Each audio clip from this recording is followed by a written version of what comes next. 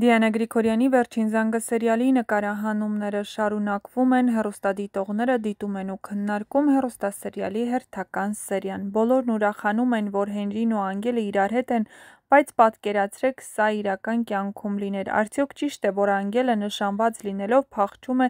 ամուսնացած տղայի հետ։ Անգելը Նոյի զգացմունքների հետ է խաղում ընդունելով մատանին։ Հենրին Բետիի։ Բոլորը Բետիին մեղադրում են ինքնասիրություն չունենալու համար, բայց այս վերջին շրջանում միակ անինքնասեր մարդիկ Հենրին ու Անգելն են, որոնք կորցրել են իրենց պատիվն ու արժանապատվությունը։ Այս արդեն սեր չի, կախվածություն ա։ Հենրին ամուսնացավ առաջինը, դա իր ինքնական որոշումն էր ու Հենրիի պատճառով Բետին անպտուղ դարձավ։ Ինքն անգամ չսիրելով պարտավոր ա Բետիի կողքին լինել, Անգելն էլ պիտի հեռու մնա։